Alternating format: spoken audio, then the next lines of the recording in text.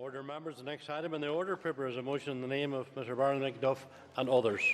The Business Committee has agreed to up to 1 hour, 30 minutes for this debate. The proposer of the motion will have 10 minutes to propose the motion and 10 minutes to wind, and all other speakers will have 5 minutes. And I would ask the clerk to please read the motion.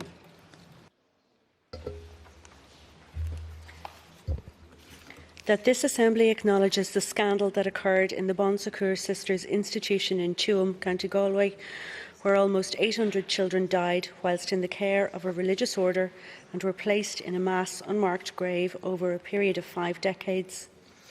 Notes the intention of the Dublin Government to take steps to establish the best course of action to investigate the deaths of these children and the appalling manner of their interment.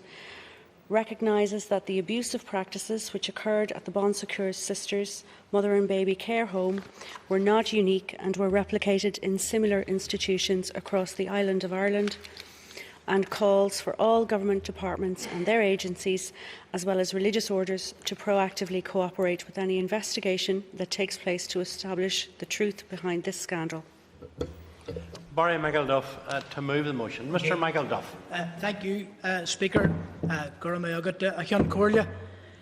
the outset of this debate, I want to say that the reason I have such a strong interest is probably because I've been in regular contact with a number of constituents, a number of women, a number of girls, a number of ladies in my own constituency of West Tyrone, and other constituencies in the north as well, who have had terrible experiences in mother and baby homes, including in Belfast and in Newry. And I dedicate my remarks today to the women whom I'm in contact with on a regular basis, basically providing a listening ear to them and trying to offer as much support as I can to them, as well as calling for appropriate action to be taken to support them in their quest for the truth. Now, one of the women with whom I'm in regular contact, she was, at the age of 17, admitted to the Marianvale home in Newry, and she subsequently gave birth to a son, and it took a long time before she was reconnected to her son, because her baby boy was taken from her at the birth and was adopted without her consent. And the lady in question is basically crying to the world what is going to be done about this. It's a very harrowing story, and she had her son taken away and then she was reunited with him. And the harrowing story includes references to being made to scrub floors while heavily pregnant. Another lady with whom I'm in regular contact is the baby that was given away, an adoptee. And this lady spent decades trying to trace her birth mother. And I do have in my possession a consent to adoption form, which was allegedly signed by the baby's mother, and it's very, very contested that it is believed that this was not signed at all by the baby's mother, and that the mother's signature was forged on this consent to adoption form. The mother, in this case of the adoptee, also gave birth to 2 other children, and the siblings were kept apart, and the mother was forced to keep her secret for 50 years, and she lost her 3 children to adoption in the 1960s. Now, these are women that I know. They are constituents of mine, and I'm in regular contact with them, and sometimes, as someone who's not an expert on the subject, you can get overwhelmed by the story, the harrowing nature of the story that one is told. But this isn't just the film Philomena. This is real life, and it has happened in the recent past. It has happened in the recent past. The First Lady, whom I referred to, her admission date to Marianvale in Newry was January 1980. January 1980, where a young woman from my constituency gave birth to a baby boy, and that baby boy was taken from her, and again her signature was forged on the consent to adopt form, just like the other case that I specifically mentioned. Now, I did attend the Dáil debate on Wednesday, the 11th of June, and I did so because I was challenged by one of the women in question to sit beside her during this hearing, and it was a very powerful evening. There was a vigil outside, which was attended by many, many people, including my close colleague Michelle Gilder, new MP. Both Michelle and I travelled to Dublin on that evening to be of as much support as we could to the mothers in question and to the adoptees in question as well. Now, the scandal of Tuam has been described as perhaps too graphic and too horrendous to believe. Children and babies denied a proper, decent and humane burial, a reminder of a darker past.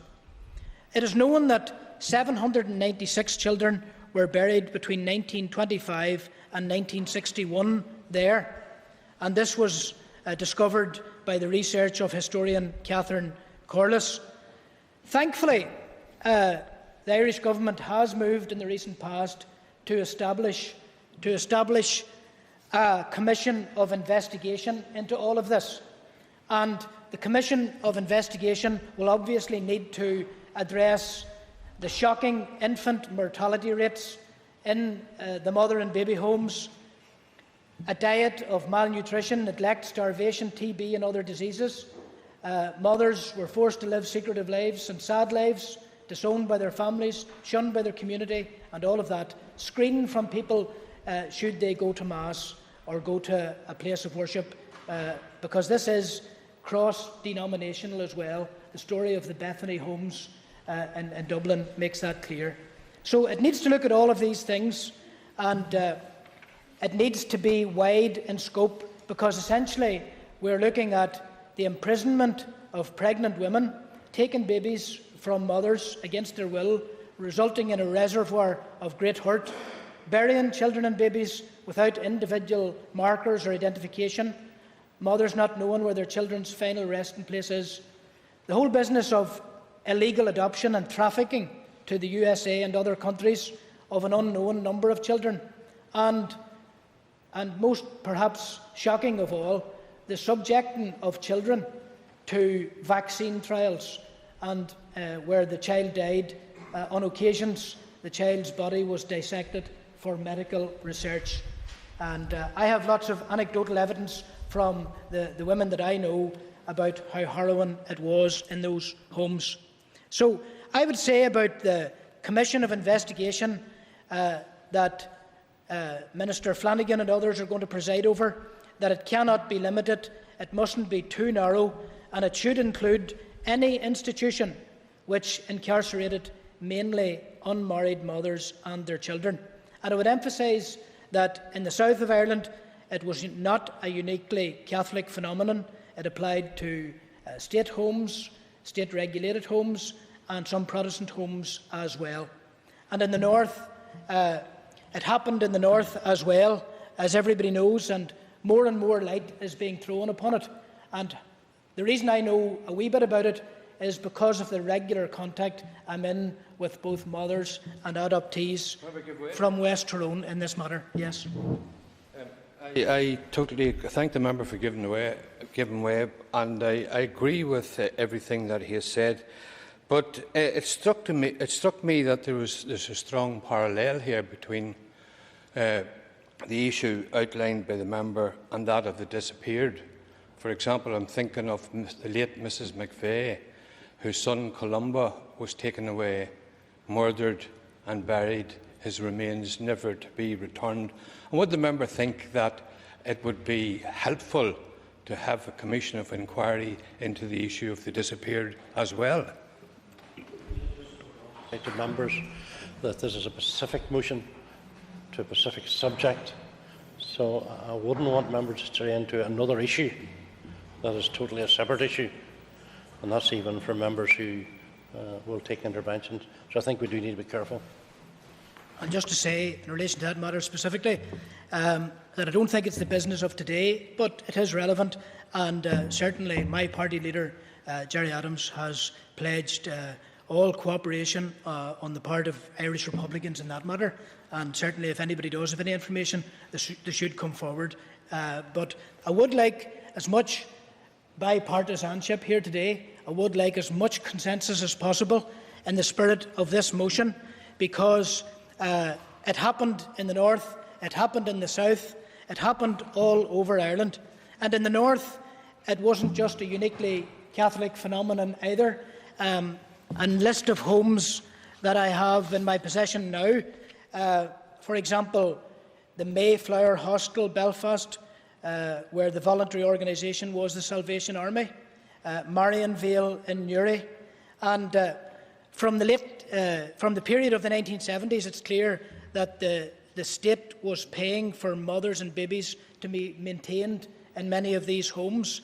Pre-1948, they might have been known as workhouses, but this is a matter for state homes, for Catholic religious order homes, for Protestant religious order homes. Bring his remarks to a close. Do you have an additional minute? No, okay. I thank members for listening. They know essentially what I'm saying. Let's do everything in our power to establish truth and justice for the mothers and babies, and let any investigation, north or south, not be too narrow, but to uncover all types of institutions. John Dallett. Mr. Dallett. Mr. Speaker, I ask myself the question, what can this debate achieve, and how can the outcomes influence what we do and how people are treated in the future?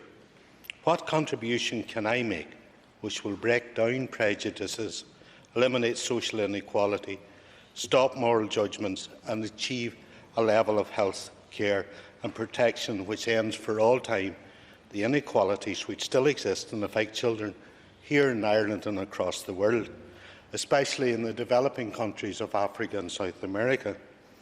The Bon Secours Sisters institution, I suggest, didn't set out to attract the kind of notoriety which is now presented in the media.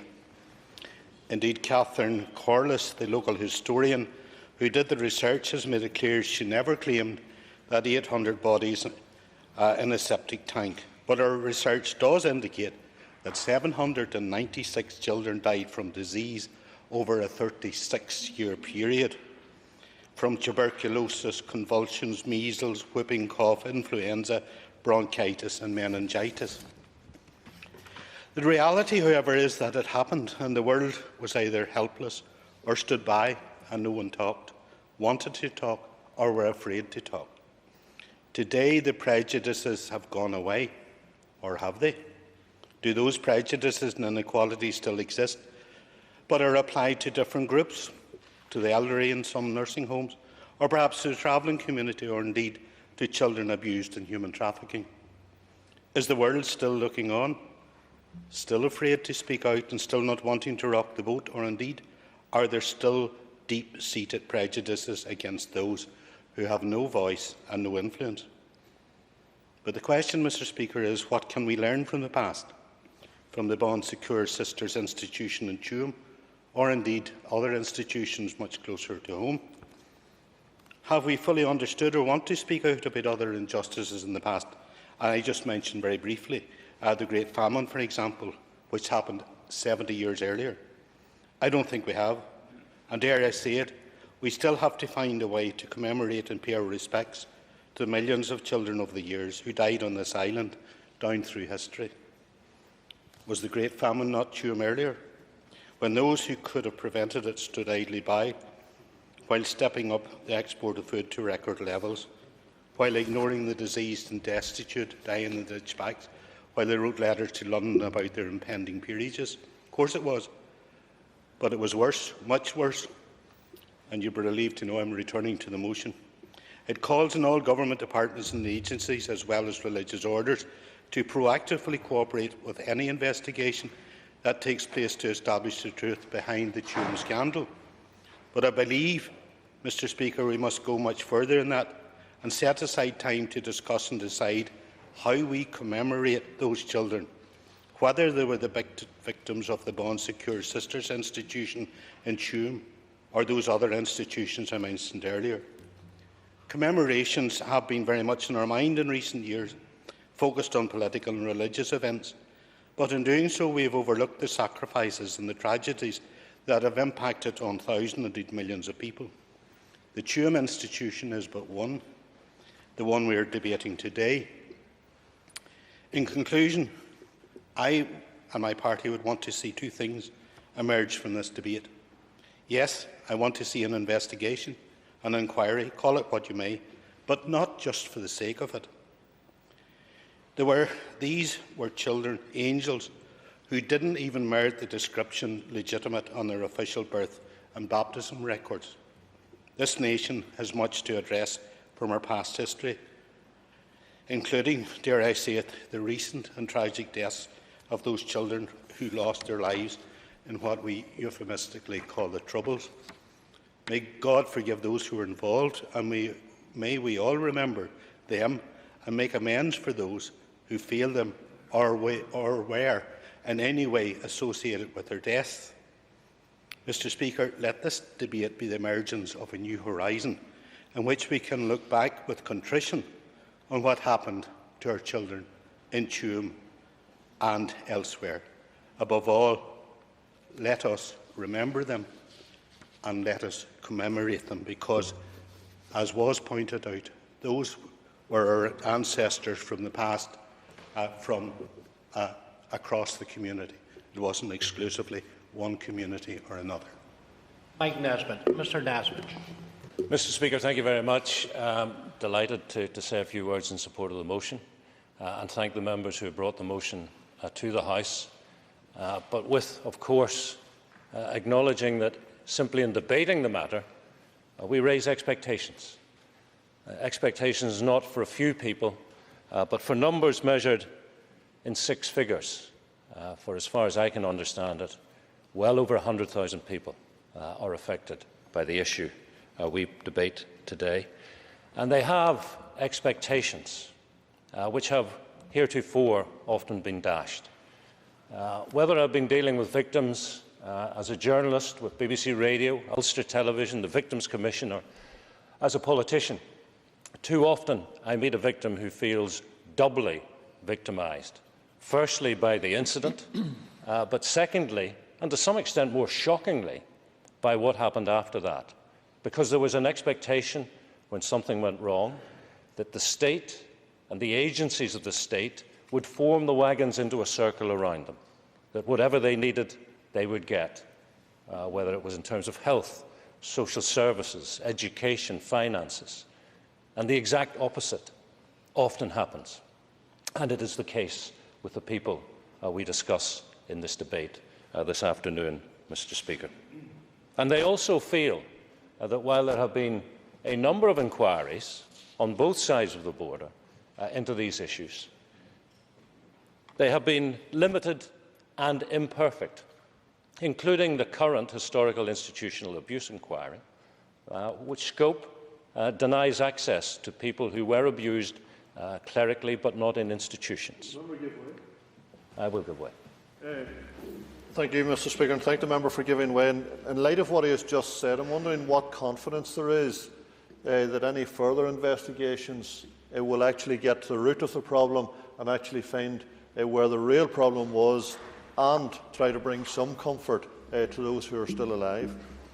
Thank you, Mr. Speaker. I thank the member for that very salient point. It is a question, I believe, of will and not just political will. There are other very powerful institutions who have to open up their books and be transparent about what happened. And the point by Mr. Elliott is well made. And there is a suspicion amongst the victims that inquiries are limited and are extended in the hope that time will drag on and people, quite simply, will die, and the issue will therefore go away. Well, it will not go away. Danny Kennedy and I had the pleasure of meeting some survivors and others this morning, including from Bethany Homes.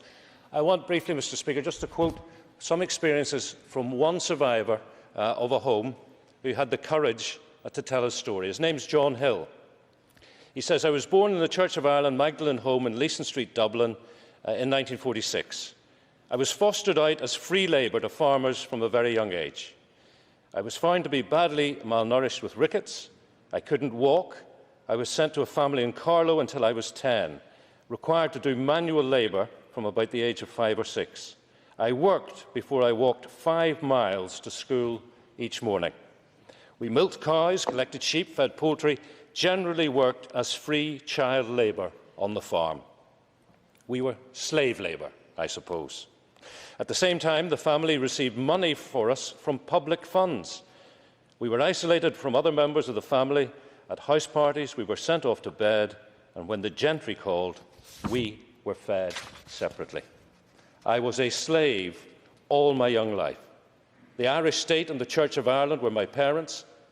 They let me down badly. I think they should admit to their sins. I want my files that are now held by PACT, formerly the Protestant Adoption Society, and the Rotunda, taken over by the government. I want to know why my files were transferred to the Nurses Rescue Society and then to PACT. I want answers. I can handle the truth.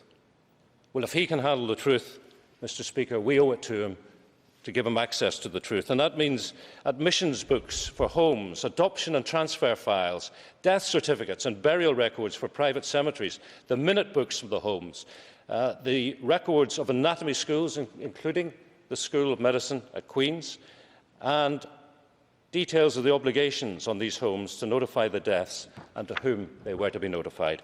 Mr. Speaker, if unionism has questions to answer, it's time for unionism to step up to the plate.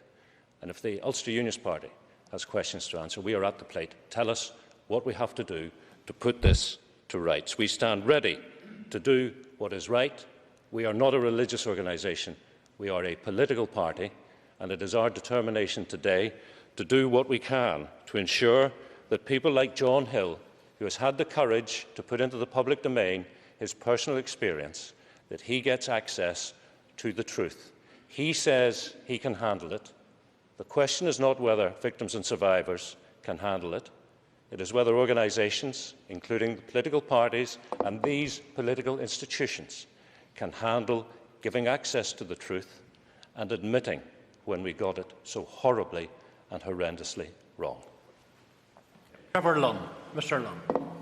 Mr. Speaker, and can I apologise to Mr. McElduff and to yourself for not being here for the start of the debate. Unfortunately, the change of timings really caught me out today. But I rise to support the motion. Indeed, I don't know how anybody could do otherwise, frankly. Bon Secours, I looked up the meaning of that. It means good help, assistance, succour. I imagine the Secours means succour.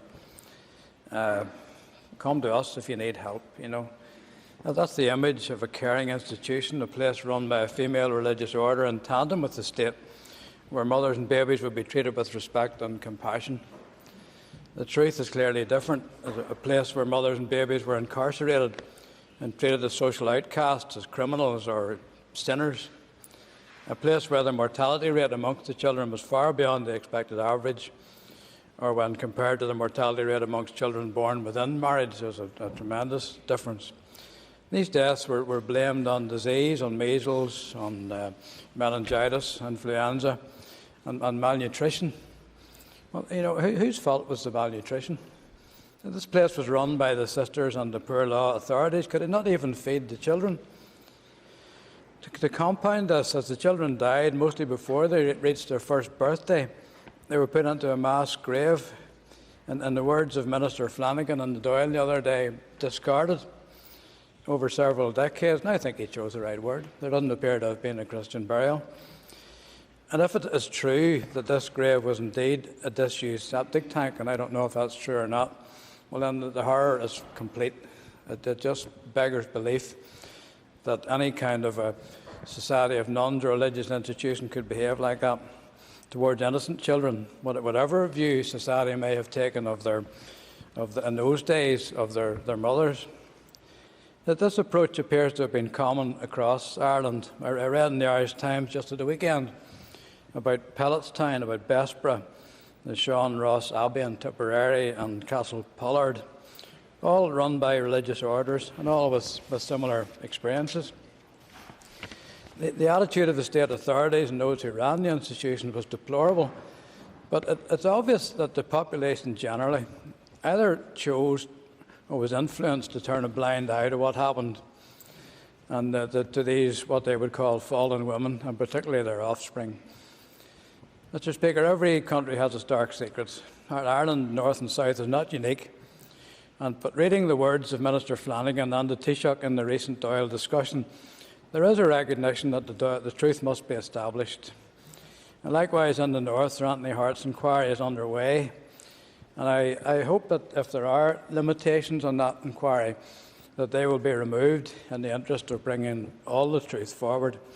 Because that's the only way to go with something like this. I hope that all necessary resources and time will be given to bring out the truth of what happened here. And we're not immune from all this. Mr. Speaker, this is a sound motion. I hope the whole House will support it. Some of these homes didn't close until the 1980s. We're not dealing necessarily with ancient history here. And we need to establish the truth for the living and for the dead. I hope the House will support the motion. I congratulate Mr. McElduff for bringing it, and thank you very much. Danny Kennedy. Mr. Kennedy. Mr. Speaker, grateful for the opportunity to contribute to this important debate. I thank the sponsors for bringing it forward, and I want to clearly indicate my support for this motion. I think, Mr. Speaker, it is very fair to say that the treatment of mothers and children in homes and institutions throughout Ireland, both North and South, has been nothing short of disgraceful. And it's almost medieval in its cruelty. And I think that the stories of children and families affected have gone to the very core and touched the nerve of the entire society. And the human feelings and the reactions and the emotions aroused have clearly impacted on people the length and breadth of this island. And the recent story emerging from Tuam has served at least to further highlight what was done, either in the name of the state or in the name of religion, which is potentially even more distressing. I have attempted to give support to the families of the Bethany home victims and the survivors of it, and I had the privilege to attend the memorial service and the unveiling of a new memorial at Mount Jerome Cemetery in Dublin in early April. And I, in turn, have sought to raise issues on behalf of the Bethany group with both Taoiseach Enda Kenny and Alan Shatter, latterly Minister of Justice in the Republic. I think following the Tuam exposure, the Government of the Republic of Ireland has indicated its intention to establish an independent commission of inquiry. I welcome that and see it as progress. I hope very much that it will take the opportunity to investigate fully all of the issues.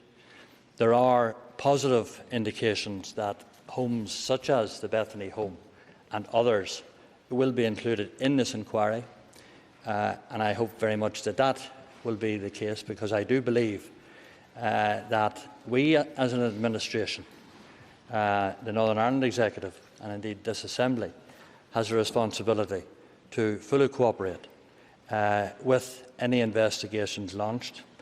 And I go further to say that church records from all churches and all denominations should be made fully available for any such inquiry. But I say, Mr. Speaker, I come from an evangelical Protestant background. It is inescapable to me that there were very clear failures on the part of mainstream and smaller denominations within the Protestant community in respect of these issues. I believe it is the Christian duty of all those churches and denominations who hold records, who have accounts, and who can make and give insight and important light in any matter of inquiry, that they should do so, however difficult and however challenging it will be. But I do believe that at a government level, at an institutional level and at a church level, we must ensure that this issue is fully and comprehensively dealt with. There is the whiff, Mr. Speaker, of cover-up. It is the mark of any decent society, it is the mark of any civilised society that we make sure that no such cover-up is allowed or continued, and we must deal with this if we want to truly call ourselves a civilised society. I support the motion. And I too apologise for being late into the chamber. I also got caught out by the time, and so apologies for that. I rise obviously to support the motion, and this is a real tragedy for those who have lived in and in some cases died in mother and baby homes. There is no doubt that coverage in the past few weeks will have evoked very painful memories for people. I know, like a lot of members in this House and the wider public, I was totally appalled by the reports emerging from Tuam. There is no justification for what happened. No one cannot abdicate their responsibilities. The institutions and agencies of the state need to face up to this shameful period. This discovery in Tuam, Galway, provides a horrific account of absolute neglect and maltreatment by those in charge. These institutions were effectively places of imprisonment for pregnant women. Unfortunately, this was not an isolated case, and our hearts have been very much moved by this situation, and it's a very difficult subject for many of us to comprehend, never mind stomach. It is clear that the women and babies had no rights, and it's useful even to look at what the United Nations Conventions on the Right of Child states. In particular, it states, children shall not be discriminated against and shall have equal access to protection. All decisions taken which affect children's lives should be taken in the child's best interests, and children have the right to have their voices heard in all matters concerning them. It is important for the government to search for a means to help those who have suffered so much for so long, and I welcome the fact that the government has agreed to set up a commission of investigation into all mother and baby homes. And this is a hugely sensitive and difficult issue, and it is vital that any inquiry or investigation must provide confidence to those communities, particularly for the victims and their families.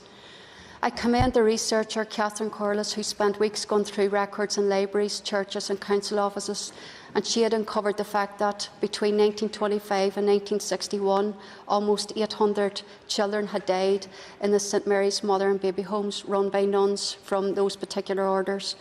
But she was unable to find records of where they were buried until last September, when she suggested that many of the bodies may have been put in a disused septic tank in a corner of the home's garden, a spot where boys had discovered a pile of children's skeletons in the 1970s.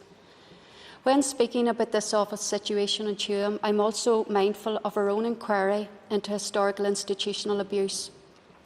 During consultations with victims and survivors, they had told our junior ministers that they wanted an opportunity to recount their experiences of the institutions and for those to be heard, believed and acknowledged.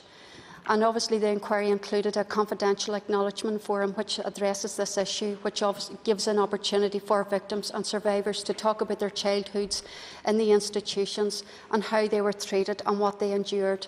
Victims and survivors have never talked about their experiences. For some, the opportunity to talk, be heard and acknowledge is so vitally important. Our inquiry is intended to investigate systemic failings regarding the provision of care in institutions, and it is important to emphasise that all children are vulnerable, and our legislation is rightly focused on those who were in institutions. These children did not have access to others to speak on their behalf outside of the institutions they were in, so there is a need for the state to address their needs. In conclusion, again, this is a real tragedy, and I welcome the government inquiry, and I would urge all departments, agencies and religious orders to cooperate with any investigation that takes place. Mr. Eastwood. Thank you, Mr. Speaker, and can I too apologise for missing the beginning of the debate. The time has caught me out as well. This is a very difficult debate to take part in. It's a period of our history that I think has been hidden away, kept secret, and largely ignored for far too long. And I want to commend Mr. McElduff and the proposers for bringing the subject to the House today, because one of the real shames in all of this is the fact that people didn't feel that they could confront some of the difficult issues that people face every day in modern society. They couldn't talk about it. People had to hide away, get sent away, and taken away. And I think that is as much a shame for all of us as anything else. There are very few communities, in fact, I'd say there are probably none, in the north, never mind across the island, that haven't been touched in one way or another by these kinds of issues. But nobody talked about it. Nobody felt they could talk about it. There was a shame brought upon you if you were unmarried and ended up pregnant. Largely, that shame was on young women. There wasn't very much discussion about young men who may have played their part in it as well. I think that's the biggest shame, is that people couldn't feel that they could talk about it. People couldn't feel that they could deal with it. And families did horrendous things, really, to their own. Things that I'm sure many people regret today. And unfortunately, the state, both in the north and in the south, played their part in all of that as well. Many people look to the Irish Proclamation 1916 as for inspiration, and it's on in most government buildings in Dublin. That talks about cherishing all the children of our nation equally. I think we failed massively in terms of that standard, and I think a lot of the revelations that have come out in the last number of years around how communities, institutions and organisations of the state or otherwise treated young people, treated children, is one that I just think we have a lot of making up to do. Unfortunately, today, Mr. Speaker, we still have a lot of children in this city who are living in child poverty. We still have people leaving school with very low educational attainment. So I think our job is to ensure that we have the proper investigations into all of these, and I welcome the Irish Government's approach to this. The proper investigations into all the things that happen, and get the truth out in the open and find some level of justice for those people who are put through some of these things. But our job is also to ensure that we leave a different legacy for people coming forward. We need to ensure that we treat all of the children of the nation, or whatever you want to call it, equally, that people get all their opportunities. People don't have to live in poverty, and do get the opportunity to reach their full potential. I would also like to commend the OFMDFM for bringing forward the Justice Hart's inquiry that we have ongoing at the moment. But to reiterate our call and other people's call to ensure that that's not the end of it, and to ask again that we don't have to wait until this inquiry, which will take another year now than was originally envisaged. We don't have to wait until that inquiry does its work and completes its work to actually look at all the other issues around Magdalen laundries, clerical abuse and other things. Because for far too long, Mr. Speaker, these things haven't been talked about. They've been kept under the carpet. And thank you, Mr. Speaker. Jennifer McCann, including the motion. The member has 10 minutes. Okay, Mr. Speaker, can I just start off by thanking my colleagues for bringing this motion, this very important motion, to the Assembly today. And I would hope, as some of the other members have already stated, that we would have cross-party support for it. I think that some members have already pointed out during the course of the debate there is probably nothing more that measures a society in the way that it treats its most vulnerable people. And who could in fact be more vulnerable than babies and young children, or mothers who were forced to give up their babies, or mothers who were forced or actually imprisoned in places like mother and baby homes and in other institutions, and treated as outcasts from the rest of society, in fact treated as if they didn't mean anything to anybody. And the scandal and the shameful way that those women were treated, I just think that must have an effect on anyone who is tuned in to listening to what we're hearing on the news. And really, the whole of the island of Ireland at the minute is engulfed around the shameful way that those people were treated. And they were treated, over 5 decades. This treatment was meted out by, as people have said, religious orders of all denominations, the state, but also wider society as well, because a lot of people must have known what was going on and simply didn't do anything about it.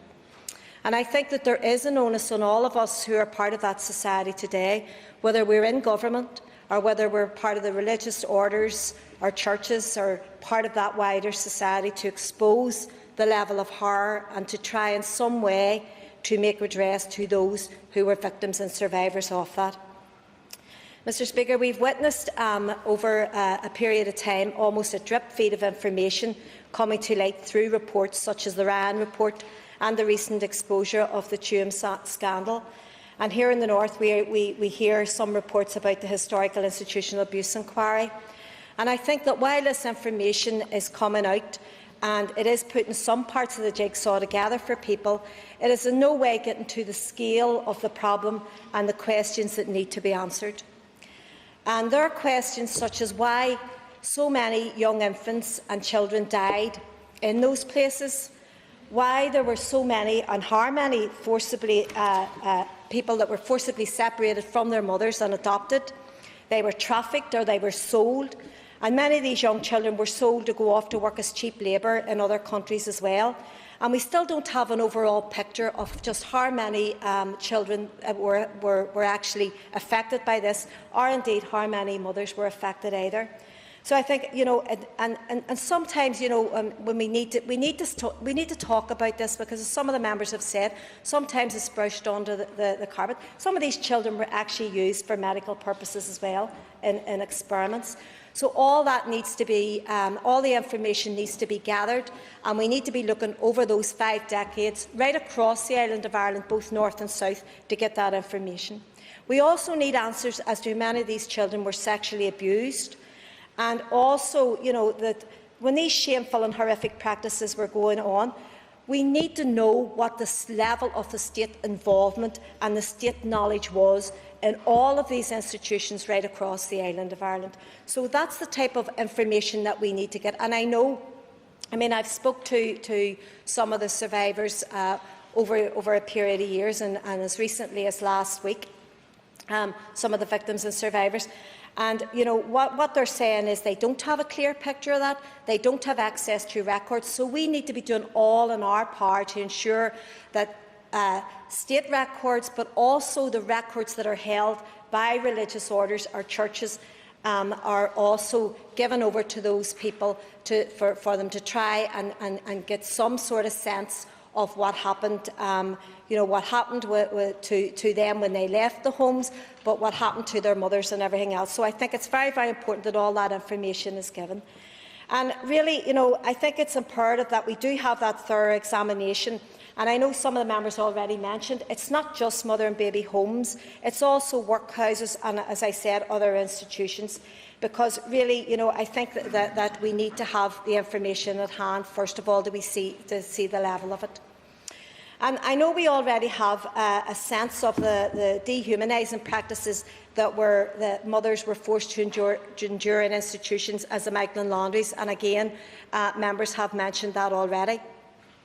And I know that some members have indicated about, the historical institutional abuse inquiry that's ongoing, and that some of those people in that that were over 18 who were forced to have their babies in those laundries, that some of those aren't covered by that inquiry.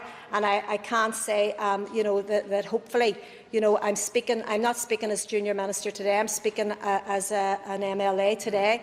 But that something can be done to ensure that those women who were over 18 are also included in some way to look at what happened to them also. I think. Yep.